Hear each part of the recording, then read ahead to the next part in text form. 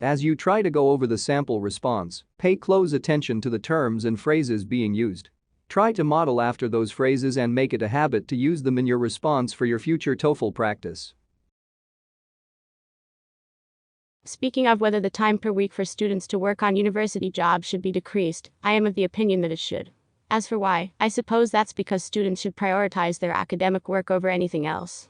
To be more specific, working for an extended amount of time means that students aren't having enough time to study. Moreover, working also takes away their mental energy as well.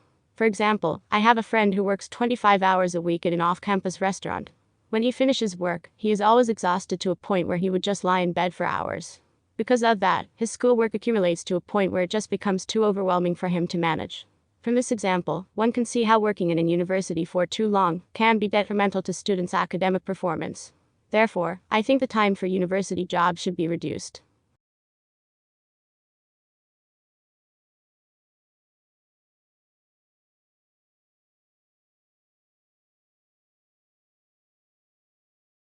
The male student disagrees with the university's policy to limit night activities for students.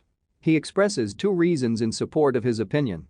As his first reason, he rightfully points out that most of the noise comes from off-campus, from residential areas where all the restaurants and bars are. Therefore, reducing night activities on campus would have little effect to address noise issues. After all, the noises come from off-campus and not really on campus. For his second reason, he mentions that restricting night activities would negatively impact students who want to participate in extracurricular activities. He reasons that the nighttime is when the students can participate in extracurricular activities to relax and take their minds off academic work. By limiting nighttime activities, students might not be able to explore their interests through partaking in extracurricular activities, which prevents them from having a full college experience. With these two reasons in mind, the male student opposes the university's plan to restrict students' nighttime activities on campus.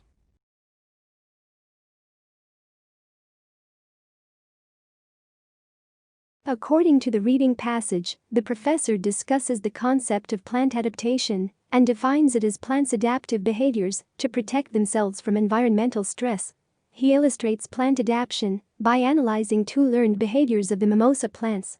The first aspect is how the mimosa plants ceased closing their leaves when they recognized that the repeated disturbances weren't threatening. This demonstrates how the mimosa plants are adapting quickly to environmental stress that they recognized as non-threatening. Such learning speed is comparable to more biologically complex organisms, such as the animals. The professor also mentions the second aspects of the mimosa plants that show plants' adaptation. They are capable of prioritizing internal regulations based on survival. From various experiments, mimosa plants are observed to be able to weigh nutrient absorption as a more important regulation over the repeated non-threatening danger.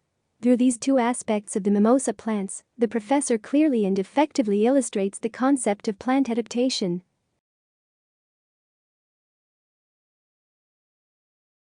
The lecture discusses the concept of sampling errors.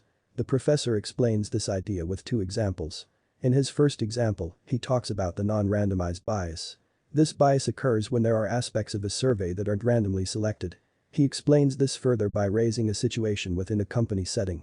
With a non-randomized survey, in the professor's mentioned case, having the boss asking whether employees like the company would likely cause the employees to respond favorably toward the company because they don't want to present themselves as people who complain a lot. In his second example, the professor mentions the self-selection bias. It happens whenever the sampling population has the power to choose whether to participate in a survey or not. He further illustrates the problem by talking about a survey on working pressure. Those who respond to the survey are likely those who have free time. On the contrary, those who are busy would likely not be able to participate in the survey. As a result, the survey on working pressure would likely be skewed. Through these two examples, the professor clearly and effectively illustrates the concept of sampling errors.